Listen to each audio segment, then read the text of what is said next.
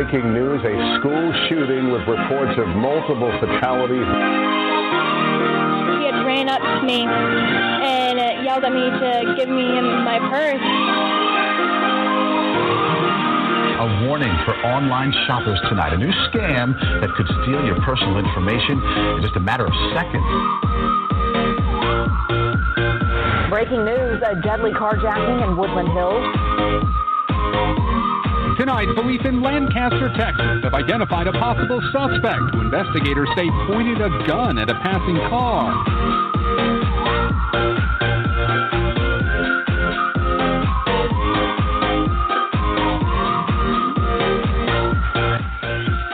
Hello, and this is the Heart of America Broadcasting Network, and I got to tell you that we have got a program that is prepared for you. This program is brought to you in part by our friends over at Liberty One Tech. Get a free security checkup when you join Liberty One Tech's VIP service. That's Talk Text Plus for only $20 a month. Find out more at liberty1tech.com, liberty1tech.com, and go check them out right now. They do a great job of keeping this program on the air. We got our good buddy Gregory Hopkins, the author of A Time to Kill, and Dan Wos, author of Good Gun, Bad Guy. And we're talking about, should we arm, our church members?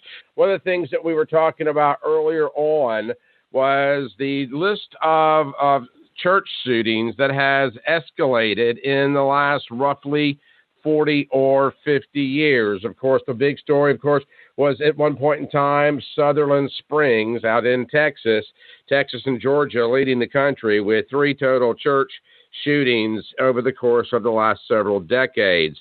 And there has been debate in recent months, particularly in the state of Virginia, about whether or not people within the church should be allowed to carry a firearm. There's a lot of firearms restrictions in many different parts of the country. Here in the state of Alabama, where I'm coming to you live, for example, you cannot carry a firearm into a bar. Even on my concealed carry permit, it makes the comment or the statement that, you cannot have any alcohol in your system, et cetera, et cetera. The enforceability of these things varies from state to state, and in some situations, county to county. And to give us a little bit of clarity on this, we're joined by our old friend, Dan Wos, the author of Good Gun, Bad Guy, as well as Gregory Hopkins, who's actually penned a book that speaks directly to these issues, and it's called A Time to Kill. And we've got both of these guys right here on the Heart of America Situational Security broadcast, brought to you in part by Liberty One Tech and The Unknown America Project at theunknownamerica.com. Welcome into both you guys. So we'll just go in order and welcome in Dan Wos, author of Good Gun, Bad Guy. How are you, Dan? Hey, fellas. How are you, Michael and Greg? Very good. Gregory, how are you? Great to Excellent. be here. Thank you so much for having me on, and great to be on with Dan and you, Michael. Well, we're delighted to have both you guys back, and there's been a lot of debate, and, we have talked about this.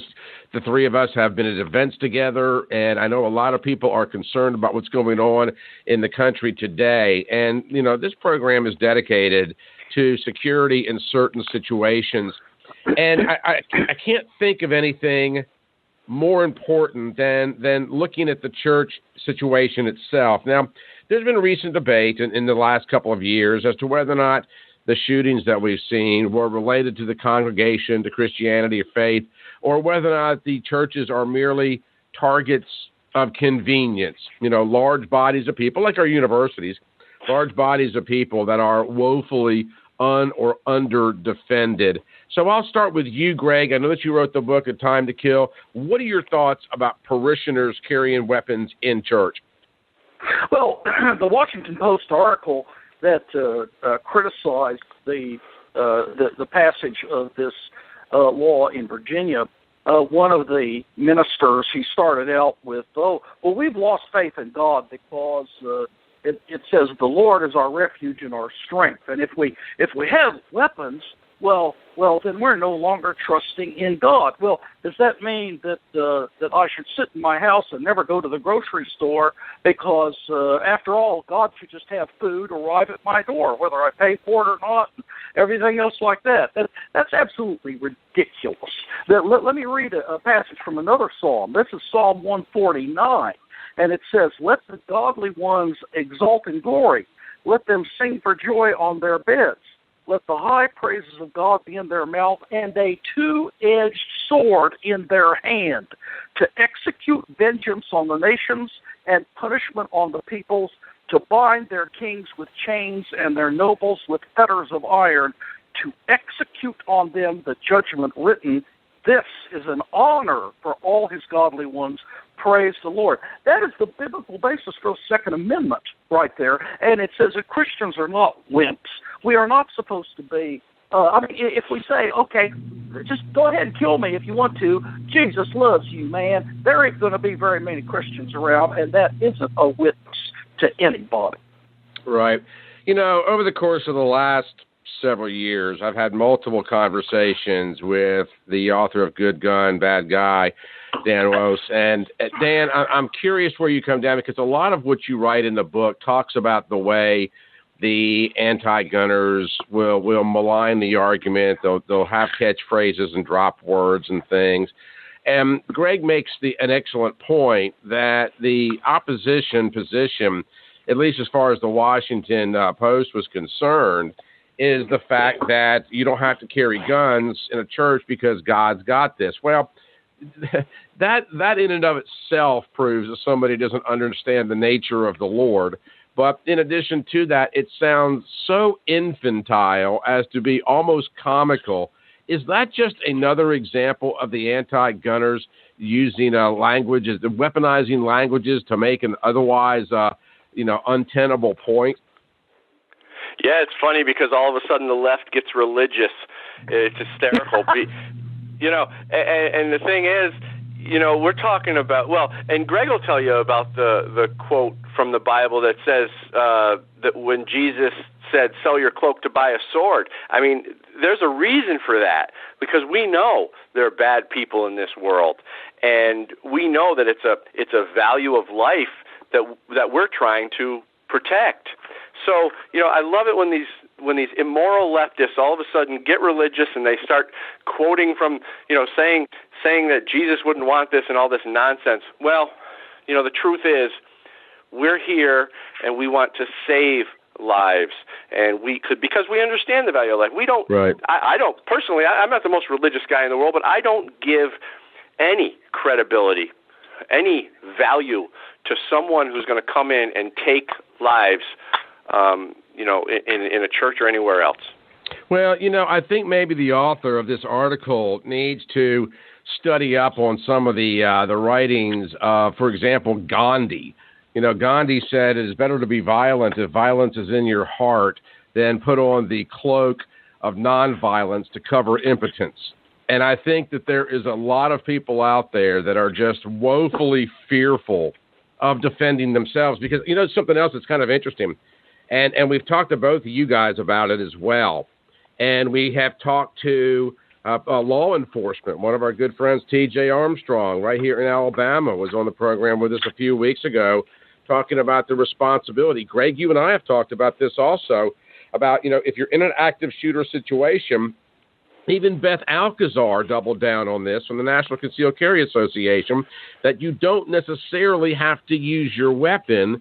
The weapon is a last resort. You need to remove yourself from the situation to the best of your ability. The reason I bring that up is I think that people that write these articles believe that gun owners automatically believe that if something goes down, that we are compelled, that we are required to shoot first and ask questions later. And it's a complete misunderstanding of our viewpoints. Well, that's because, Michael, the narrative is created so the people who don't know any better, people on the left who aren't paying attention, believe that gun owners want this Wild West scenario. They believe that we are looking for a gunfight, and that's the worst part of this whole conversation, is that people are, the knuckleheads over there that believe this nonsense are being manipulated by their own people, and people on the left, the media, Democrat politicians, they're not using us. They're using the stupid people who don't pay attention and are easily follow the false anti-gun narrative. It's a shameful thing to do, and I wish people on the left would wake up and see just how badly they're being manipulated. And Michael, I'd like to correct one thing you said. You said that they misunderstand why we carry guns. That's not there anymore. The rank and file liberals may misunderstand, but the media and people like these preachers and the gun grabbers, they are misrepresenting gun owners purposely in order to vilify us and separate us from the mainstream of America, which we actually are, just as Hitler tried to separate and vilify the Jews and blame all the problems on them. So remember, this is not just a misunderstanding. When you come to the elites and the thinkers and the shakers and movers of the left, it is deliberate misrepresentation. Why do you think, either one of you, because there's been all this talk in the last several years about whether or not there's a war on Christianity, and I guess you could make the argument that technically there is, because by the very tenets maintained in the gospel, we knew that there always would be. It's almost a fulfillment of prophecy. But you have a lot of people that on the left, they don't want to have, they are suspicious or even fearful of worship and the power of the church, et cetera, et cetera. So why do you think, either one of you, why do you think that they would be in even remote opposition to people being able to carry a weapon into a house of worship specifically? And I also want, before either one of you answer, the churches are one aspect of this. I mean, we're focusing on churches today, but, I think there should be an opportunity, unless you're, I can support the idea of not carrying a weapon, for example, in a bar, if you're going to go out and get heavily drunk or whatever the case. But in a church or anyone, a school or any kind of in the state of Alabama for a long time, it was illegal to carry one in a political rally. I have no idea if that's still the case or not. But the point is that why do they care what these parishioners do when they seem to be so in opposition to church going anyway?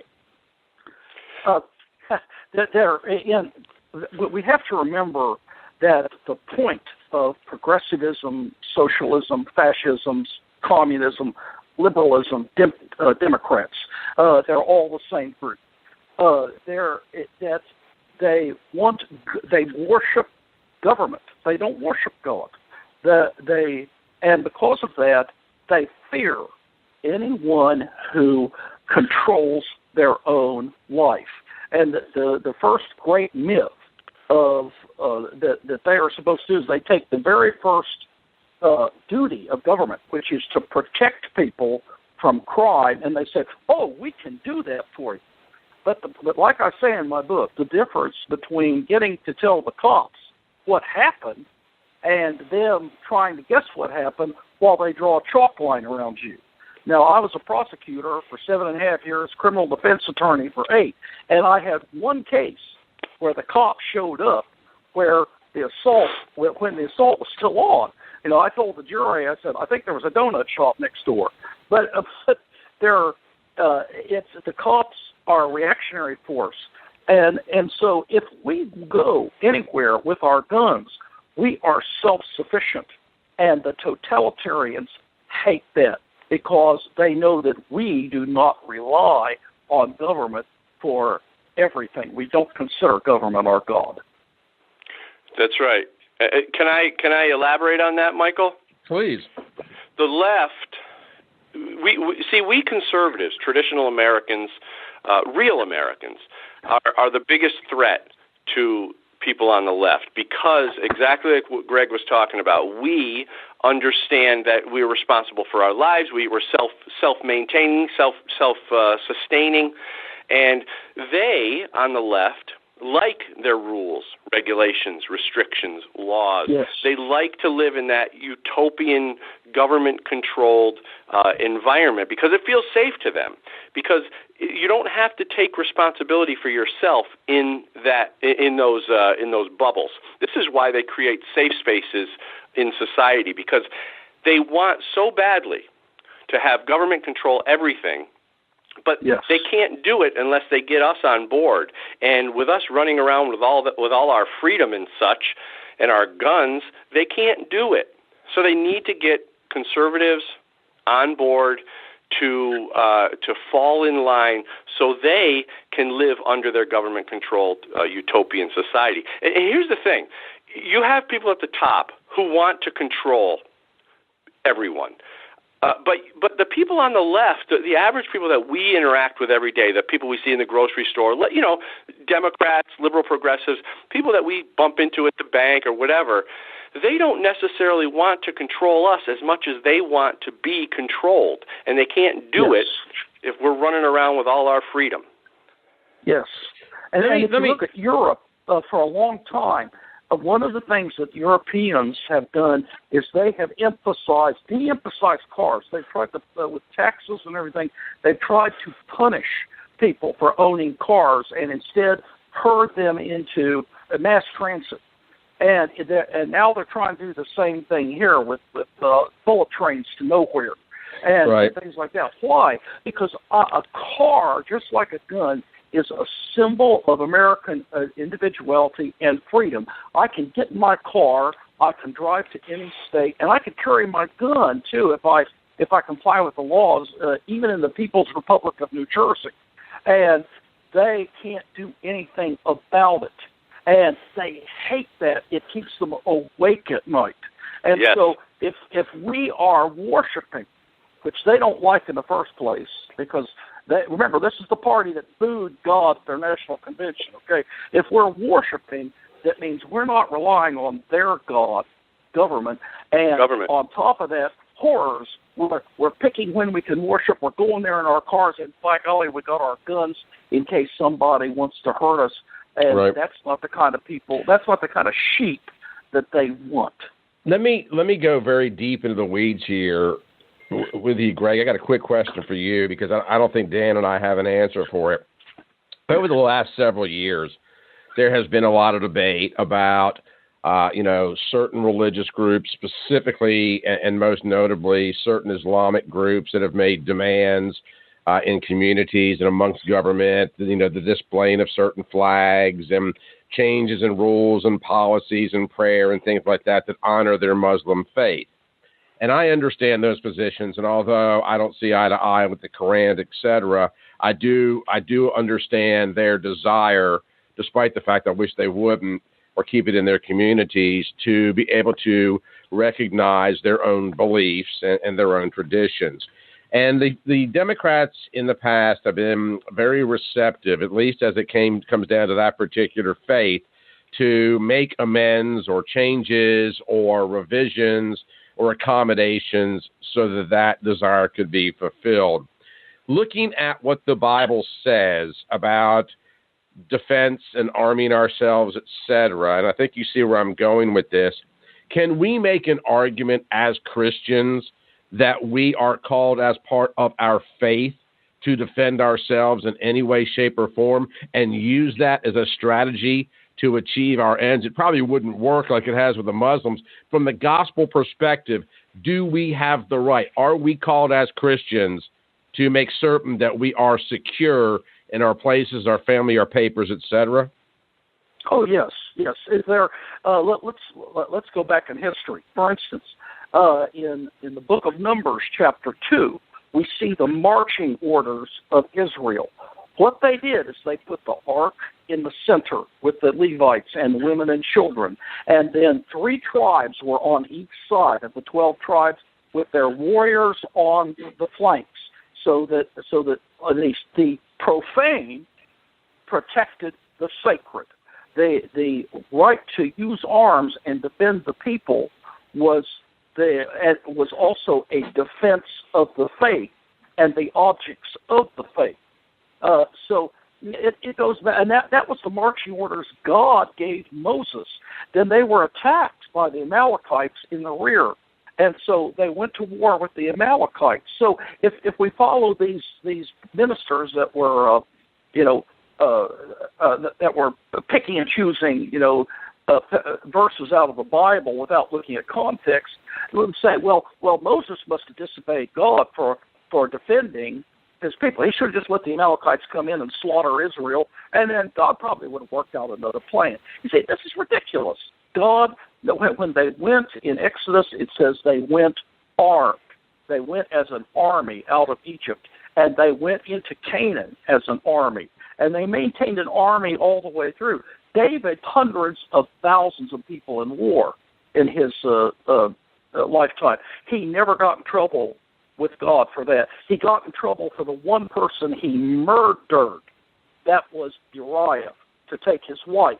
But of the others, no problem at all. And see, there is today there's no respect for sacred places. If a psycho wants to go after a church, and this is a problem with bigger churches, because the bigger your church, the more people you attract, and you have certain people who they see church as their last stop before the asylum. And so if they don't get whatever their twisted expectations expect out of church, they will come back with a gun. So you got the same people. Then you've got people who just want to make a name for themselves, like at Southland, the Sutherland Baptist Church in Texas, and that's the fault of our media. Or you've got terrorists that want to come after churches. Well, God has shown us that you protect God's people. In the book of Nehemiah, Jerusalem didn't have a wall. Nehemiah put the people wore their arms as they built the wall, and half of them worked and half of them stood guard. Even the workers had their swords on. And in Nehemiah 4:9 it says, "We prayed to our God and set a guard." And in 3 months, they had the wall built. To say that God does not want us to defend ourselves is unbiblical. And people who have degrees from religious institutions and are supposed to be preachers who say otherwise are simply stooges and fellow travelers with the big government people. Right. Right. So shouldn't the decision of whether or not to carry a weapon in a church, shouldn't that be the decision of the church itself, of the congregation, even perhaps a council within the conversation? Yeah, and if you want to, that's even in Alabama, the church, it's my house, my rules. And if my congregation says it wants to say no guns and be that stupid, well, then fine. But that it will not prevent anyone from who wants to hurt people from coming in. See? Right. That sign means nothing.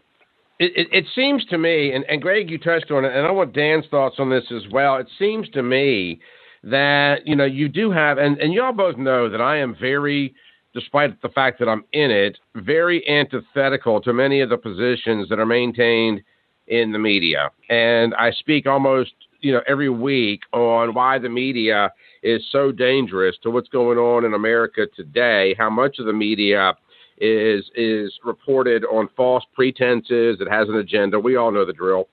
But I'm curious as to whether or not the media is creating an environment where we are seeing a heightened sense of unease as it relates to the church. The churches have actually become somewhat of a target, if you will, for lack of a better word.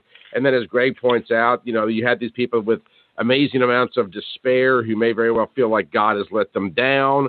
And, the media also creates that narrative. The whole thing about socialism and democratic socialism is that you have to create a sense of hope and or despair at the same time. And what I mean by that is, if you want to bring people to the progressive left way of thinking, you've got to convince them that they're miserable. And one way you do that is, point out to everything they don't own, everything they don't have. They don't have the right job, they don't have the right look, whatever. And the Republicans and the churchgoers and the white privilege are the reason for all that. And I would think that the media also plays a role in that as well, because we have seen numerous church shootings in the last 20 years or so, and they seem to be getting progressively worse. And although every one of the motives have been somewhat different, they all seem to share the common trait of anger either at the church, at the narrative, or at the congregation. In other words, they're pissed off at God for whatever the reason as the arbiter of everything wrong. And if we can move God out of the way and replace God with government, that would be a good thing. And I'm seeing a lot of parallels between that and, as you pointed out, Greg, the way that the Nazis, dealt with several different issues, including because everybody seems to think that the Holocaust was restricted to the Jews, and although they were the overwhelming majority of victims, he got him some Catholics in there as well. So it wasn't just a matter of the Jewish faith. So looking at that, Dan, I'm kind of curious as to what your thoughts are about, should there be an armed security force in a church? Should it be all the parishioners just wide open? Because one of the concerns, and the three of us have talked about this in the past, of having so many people, everybody in a church that's armed, and there is a viable concern that in the heat of the moment that somebody, an innocent, might get hurt. But as we know, these incidences are likely to continue for the foreseeable future. What are your thoughts, Dan? Because we've already had Greg establish our biblical right, but how do we apply that right in a common sense, safe, sound, and secure measure? Is it arming everybody? Is it an armed security force? Is this a matter of guns or gun rights? How do we move forward from here?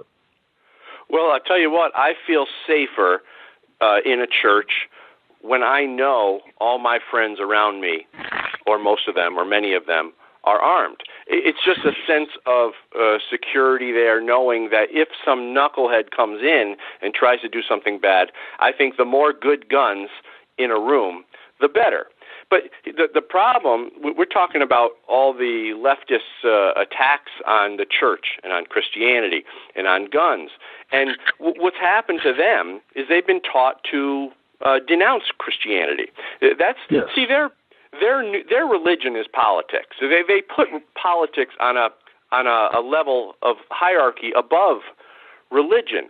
And so the hypocrisy, it's maddening to see it, to watch them and hear the things that they say. So I would say to any, and I hope we have maybe some liberal, progressive, anti-gun leftists listening right now, but I would say put them in their church, whether it be a Starbucks or a Planned Parenthood waiting room, whatever. And imagine that there is somebody comes in and starts shooting the place up and tells them to lie down face first on the floor. While this radical leftist anti-gun nut job is lying on the floor, begging for their life and praying to a God that they were taught not to believe in, and Greg Hopkins or Michael Hart happens to have a gun on him and happens to be there, guess who just became their new best friend? The guy with the gun. So the hypocrisy is absolutely ridiculous on the left. I don't give them any credibility with any of their arguments, and it's just, and I think they should be embarrassed. Yep. Yeah. And there's one other point, or two other points here I want to make. Is the left wants Christians to shut up on every issue at which they disagree with us on, unless they can find a leftist Christian who is going to speak for them, like on this gun issue. But whether it's abortion or anything else, they want Christians to, you must be silent. But then as soon as something comes up where they have a pro-abortion Christian or an anti-gun Christian, say, oh, everybody listen to him. Yeah, and that's because politics is at a higher value to them than religion. Yes, absolutely. Power. It's all about power. Now you ask, how do we deal with this? Well, my personal choice was 10 years ago. I was contacted by a large congregation here in Madison County. I've been working with them ever since. And I have now worked with 15 or 20 congregations. And what I do is I go in and I train them for 3 hours on Friday night on the Bible and self-defense. So they have it fixed in their minds that what they are doing is righteous and correct, and that God blesses us for defending the innocent, whether you are in the military, in law enforcement, or doing self-defense and protecting other people. And then the next day, I spend 7 hours teaching them the law of Alabama on self-defense and carry and trespass laws and how to deal with the cops and how not to get shot by the responding officers.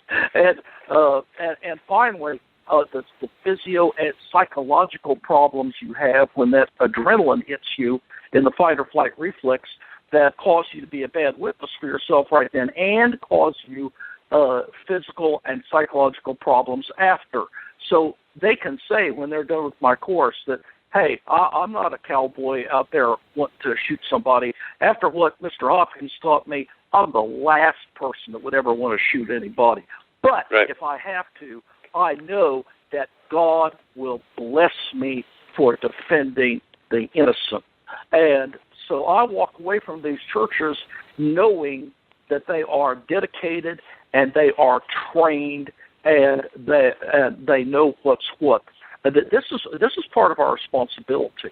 But so this is the kind of thing that we need to do.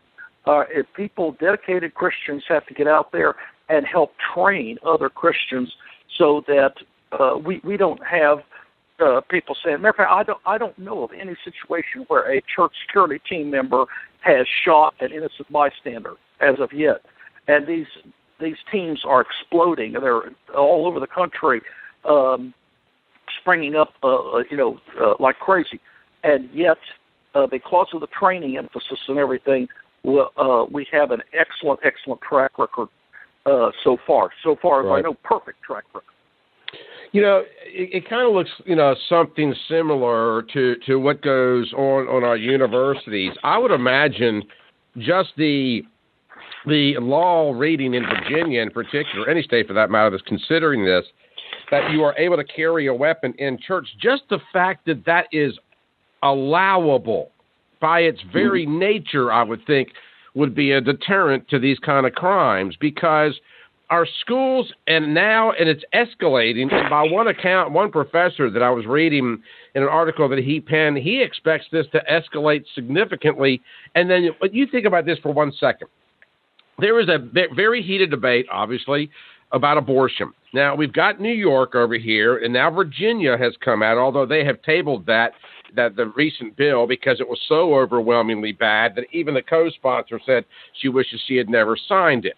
And so now you have the situation in this country where you have these swings towards democratic socialism, and then you have, claims of, the red MAGA hat is the new KKK hood, and you've got all these things. If you kind of peel the fabric back for just a moment, the thing with immigration and the caravan and the wall, and again the abortion issue. All of these behind them have a theological or religious essence to them. And there's a religious debate that is being taken place, whether it be with abortion or humanitarian crisis, et cetera, et cetera.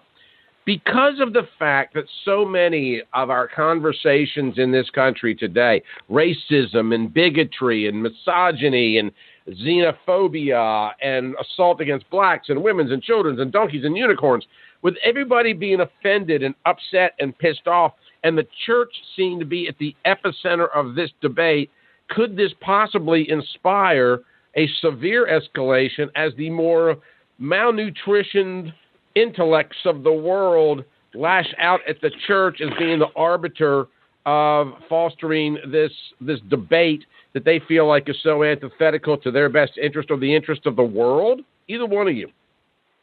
Well, I think that the more the left encourages people to hate conservatives, traditional Americans, real Americans, the more that anger builds up on the left, and the more situations we have. But what happens with them on the left is they use those situations to demonize guns and gun owners. You see, they say if it wasn't for the gun, that person wouldn't have done that.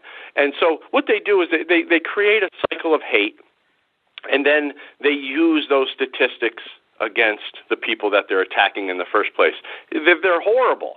Their motives are rotten. They're immoral, and everything they do. You talked about the racism, the sexism. All that stuff is a bunch of nonsense. Those things don't exist in this country at any level near what they want you to think they exist. In other words, racism would probably go away if we just stopped talking about it. But they can't do that. They continue to push it. And as a matter of fact, they're the racist ones because it's in their minds that they're fostering these ideas. And there's a lot of race baiting, as a matter of fact. People will go out and claim that white people attacked them. Who's that actor? That was a recent story. Some actor or musician or something said that they tried, two white guys tried to put a rope around his neck. All fabricated. The guy from Empire.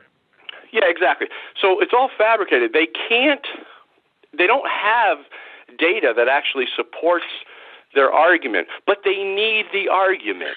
Because if they don't have racism or sexism or any of the other isms to fight against, then they don't have a cause. And the left is based on these social causes. You take those causes away from them, they got nothing.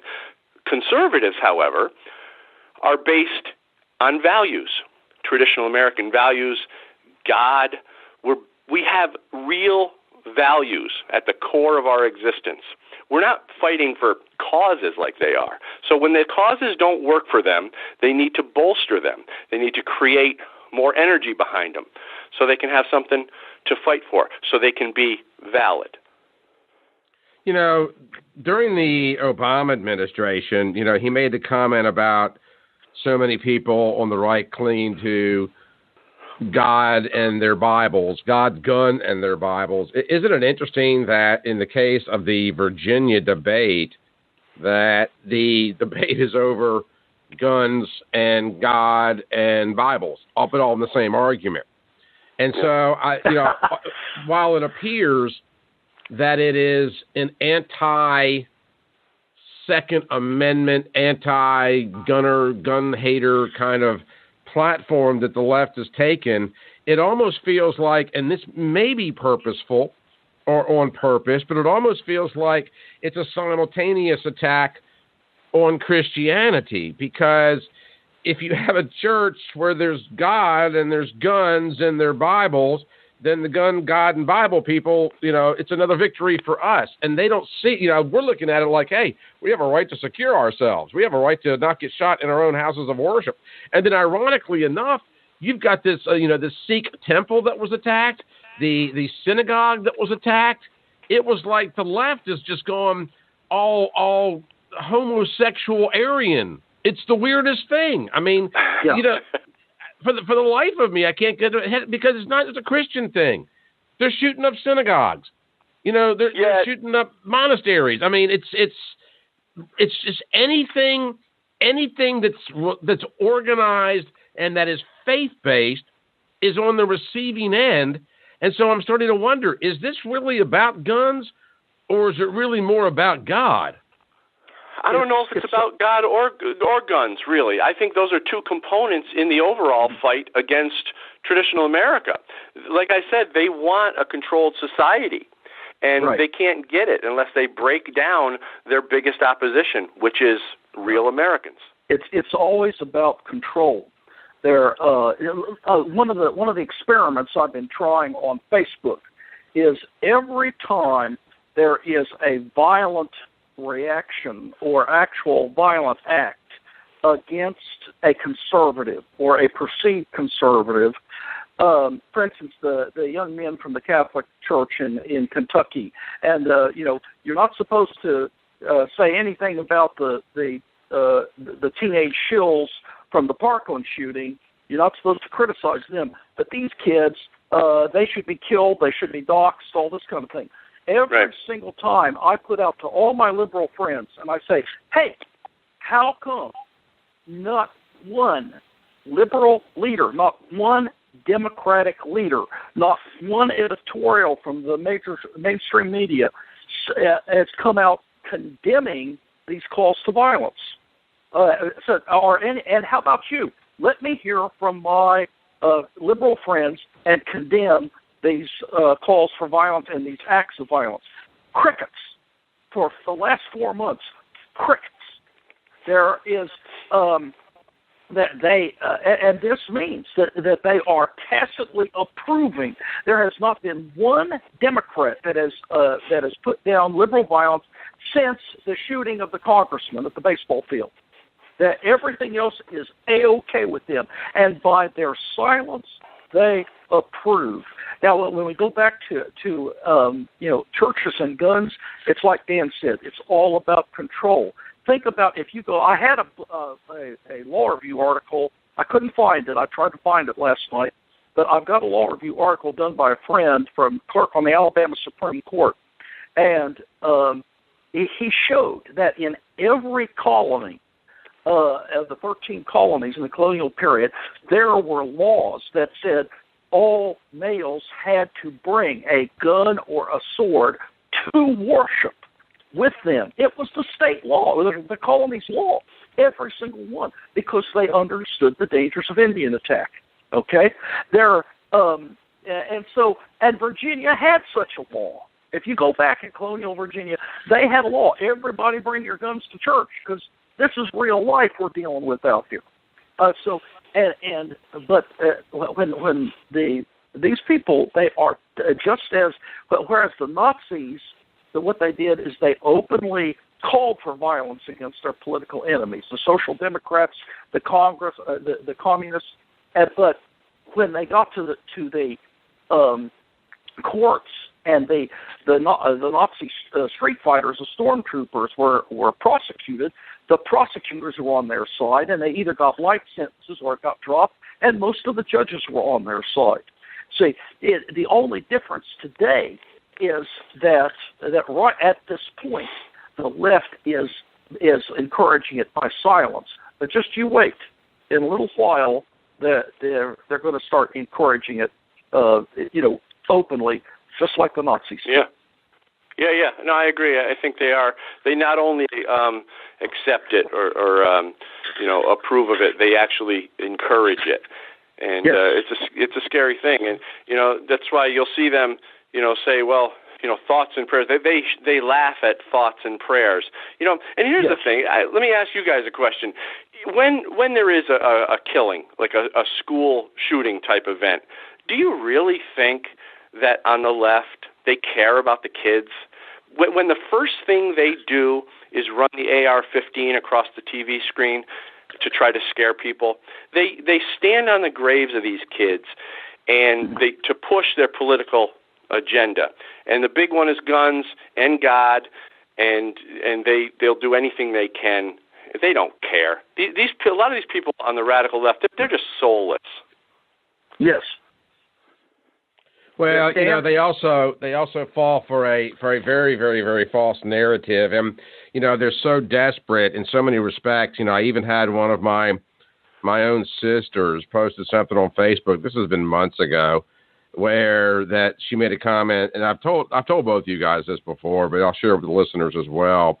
That she actually, and she's, by the way, she is a child psychologist. Okay, a very well educated woman. And I went to Johns Hopkins, very liberal university. By the way, my other sister, who's an attorney, went to Pepperdine out in California. So you can imagine what I deal with at Thanksgiving and Christmas. But my older sister told me that there was a study. And, Dan, it kind of goes back to what you and I were talking about off the air the other day about getting in debates with these people. That she said, I think the number she used was 90% or 95% of all men that have concealed carry permits are likely to beat their wives. And instead of engaging in the argument like, what? I just asked her to cite her sources. And of course, a couple hours later, that post was taken down. But, I mean, they really do fall victim to this kind of nonsense. And, well, I'm sorry, go ahead. No, I was just saying, the other day I pulled out, my preferred weapon to conceal and carry is a Ruger LCP. And I pulled it out the other day. I figured out, I've got some time. I'm going to clean this gun up. And I'm embarrassed to admit this, but I had to get the dust bunnies out of the barrel. Yeah. You know what I'm talking about? Yeah, exactly. It's not like we're running around, doing, the woohoo thing like Joe Pesci and Goodfellas. I mean, it's just mind-boggling to me. You know what's funny about, you talked a little bit about the reports and John Hopkins and stuff, and they don't like when we cite statistics from NRA studies or crime research prevention, John Lott studies. So they don't like that. They think it's biased. Yet they believe, John Hopkins, Bloomberg-backed reports. And then they verify these things, these statistics on Snopes, and they read articles on Huffington Post, and somehow that's supposed to be valid. It's the biggest joke, the John Hopkins stuff, and anything that's got Bloomberg attached to it is left-wing bias, and it's anti-gun. I don't know how they can possibly think that they're getting good information by reading that crap. No, you're exactly right. We're having a conversation with Greg Hines. Hopkins, I'm sorry, I don't know where Hines came from. Gregory Hopkins, the author of A Time to Kill, as well as Dan Wos, the author of Good Gun, a Bad Guy. We're not going anywhere, guys. I just, because I want to do this for another 10 minutes or so, but I want to remind people exactly what the conversation is, because we are talking about whether or not we should be allowed to arm ourselves in a church. Now, Greg is a man of the cloth, as well as an attorney and as well as an author. So we're looking at this through a biblical perspective, but also through the perspective, as we bring in with Dan, of common sense and our constitutional right. And, we go so far. People say all the time, we have a constitutional right to carry. I don't even know that I default to that any longer. I think we have a constitutional responsibility because, we have, as Americans, as dads and husbands and, citizens of our community, I think we have a responsibility to protect our family and our friends. It doesn't mean we run headlong into the fire. I'm not saying that at all. But at the end of the day, it's like the model that takes place in Kennesaw, Georgia, where if you live inside the city limits, as you probably are well aware, Greg, I don't know if Dan knows this, if you live inside the city limits, it is a law that you must maintain a firearm in your home. Kennesaw, Georgia is just a 9-iron from Atlanta. It's a bedroom community of Atlanta, and they had their first murder in decades, like about 7 or 8 years ago, and it made national news, not because it was that horrific of a crime, although all murders are, but the fact that it had even occurred. Yeah, and I think when you have this public awareness that, I mean, it's like the other day, the good folks that have always been supportive of the three of us, Bama Carey, the chapter that meets down in central Alabama, for the outside of the area listeners, which is where the University of Alabama is located, but Tuscaloosa, Alabama, they asked me to come down and speak to one of their chapter meetings. And I was happy to go down there and talk about the media and how the media maligns the truth and facts. There was probably 75 people in this particular restaurant that had been closed for this event. So you got 75 people there, and you probably had 76 guns. Who in the heck's going to come in and rob this place? Right.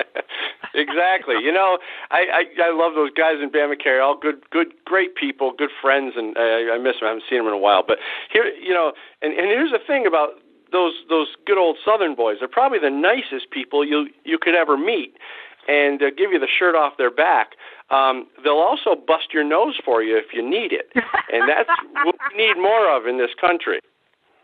No, I mean, I completely agree with that. The simple fact of the matter is that, when people understand that there's going to be a recourse, that, it's so funny because even Thomas Sowell put out a quote some time ago that, and I'm paraphrasing, but basically it was along the lines of, it makes no sense to have people in America making a decision where there is no responsibility for being wrong. And you have a lot of people in the gun debate that, they're hiding behind walls. They've got their own security details. Maybe they're traveling in areas where, that they're going to be safe and secure. They live in their academia bubbles.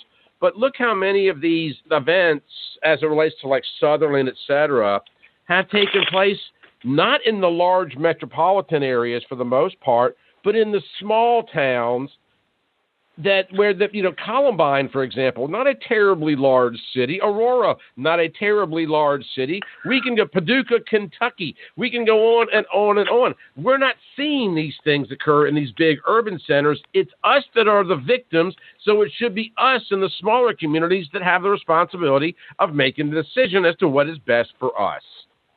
Yeah, and see, these large communities, remember that the vast majority, and we're talking 90% and over, of the murders that occur in the United States occur in very specific areas.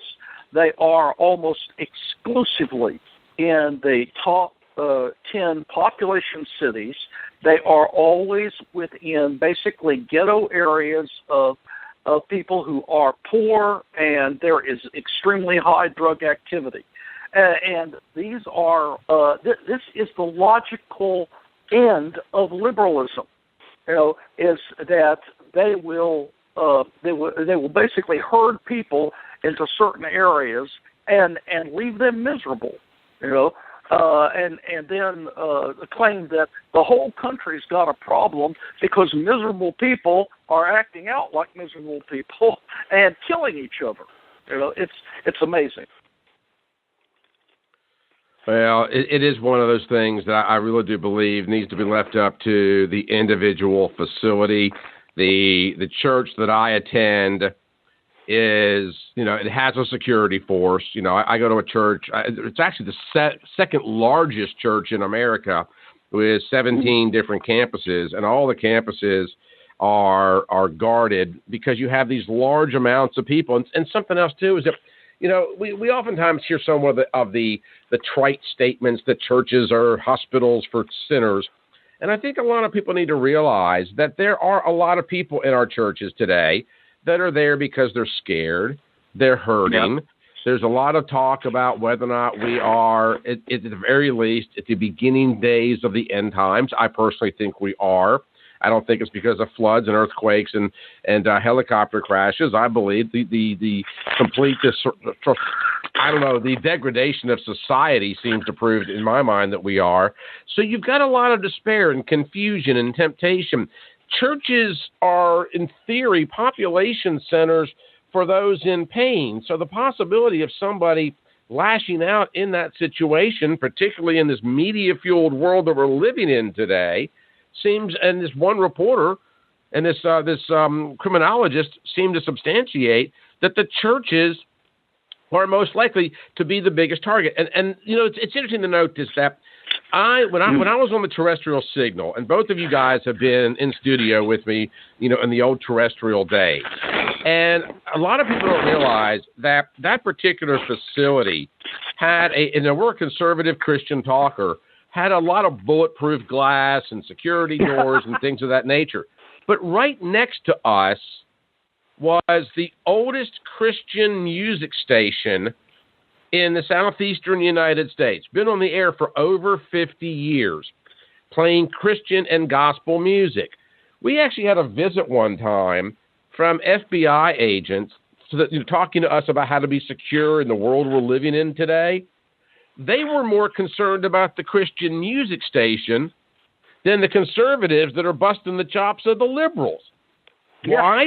Because they were overtly Christian. One of the things, too, about larger churches is that the and especially ones that have campuses like this, is that terrorists, and when we look at terrorist attacks, that terrorists measure their success by the numbers of bodies they can create. Right. And remember, these are people that for the most part, they don't care whether they come out alive. It is whether they create the most bodies. And so that is another reason why larger churches will be chosen by terrorists. We have known in law enforcement since 1998 that on radical Arabic language websites that the terrorists use, they have talked since 1998 of the perfect day. And this is a day when they will choose, and the targets are shopping malls, schools and colleges, churches, and schools, elementary and secondary schools. And they would have 5 to 10 teams around the country hit various places with, like Beslan in Russia, no expectation of coming out alive, and do as much damage as possible. And they would love to do this. They still want to. And so every time a church has a team set up, that's a fly in the ointment that they have to look for someplace else because they know there's too much chance they cannot succeed. But the other thing is that you say, oh, I'm in a little country church. We got 50 people. We're out in the county. Well, now here's where that's where the Sutherland church made its mistake. Right. They thought, we're too little for the psycho. Now, the terrorists, you might not attract the terrorists, but the psycho, think about it. You're out here, sheriff's response time is minimum 20 minutes. You have plenty of roads that you can get on, country roads that you can go on and escape from, go in, go out after you're done. And so little churches, they also have to think about this. The psychos that have an agenda, and they don't care who they just want their name in the paper and on TV. So just because you say, okay, we're a little church, nobody will bother with us, don't you believe it. There are advantages to it that your isolation gives you, and your small numbers give you to the killer. Yeah, and I think right. if I can add to that a bit, I think the left hates Christians so much because Christians can rely on something larger than them. Christians are probably the most peaceful and grounded people because they have God that they can rely on. I think the left hates that, and they would much rather we pray to Nancy Pelosi. Yeah, I definitely see it. And they're so interested. And as Greg even pointed out at the very top of the broadcast, in creating this utopian world where government controls everything. And now you've got the recently announced Kamala Harris, who wants to do away with all private insurance plans and providers. I mean, if there's one thing that is the most, in my opinion, the most socialist out there, is to socialize medicine. And now you want the United States government, which, by the way, just recently raised the price of a stamp. You want the United States government to now be the world's largest insurance company. Are we kidding each other? And so I look at it and I just go, oh, my gosh. But, then again, on the flip side of it, maybe we don't have our churches armed and we strip away the Second Amendment. We create new business for the hospitals they seem to want to overthrow. And then, what else is even more interesting than that is that you've got all these democratic socialists out there that are screaming that Donald Trump and his supporters are fascists, where the taking over of the healthcare system by the government is the very definition of fascism. Yes. I mean, it makes your head explode. I wouldn't trust government to run a lemonade stand. But and Michael, Michael, you and I talked a little bit about real estate investments. I have real estate investments, so let me give a quick story. We have a county out here called Fulton County in upstate New York, and this is how poorly they run their government in the county. We overpaid our taxes by about 60. I think it was 67 cents or something like that. They literally taped coins to a letter, mailed the coins back to us as our change, 67 cents, and it cost them like $1.20 to send it. This is government. Yeah. Well, in kind of a lighter story than that, and this is going to sound so ridiculous in comparison, but I live in an area of Birmingham, Alabama, and Greg probably knows the area, But they're doing a lot of road construction because they're building a lot of strip malls and new houses. And the main thoroughfare outside of my neighborhood, there's a lot of construction going on the roads because they're building the new strip mall. And as I'm coming out of the neighborhood, you go through all this road construction, and then you get to that big orange sign that says road construction ends. And then and I'm not kidding you, about 250 feet away, there's another orange sign that says road construction 500 feet because it started all over again. But that's just the bureaucracy. So it ends for like 200 feet. You can't even focus on the next sign. And I'm like, why not just get rid of that sign? Hey, look, road construction. You don't have to. And you know why they do it? Because by law, some fool to go all James Gregory on you, must have made some comment that there has to be a sign 500 feet after and 500 feet before. But, it's the idiocracy of regulations. Government is so comical, it's mind-numbing. Yes. Yeah. Guys, go ahead. Real quick. Last thoughts, because we're going to wrap this thing up. Why don't you guys tell us where we can get a copy of your books? Okay. If you go to my website, www.alabamallegaldefense.com, you can get my book or my new video. I'm going to send you a copy, Michael. Okay. I've got my 6-hour class for concealed carriers distilled down to 4.5 hours because we don't have any questions and several other things. But I'm going to send you a copy for your review, and so you can order that. Also, you can simply you don't have to order the CDs. You can order it online, and it also the download also has my 37-page instruction booklet with it.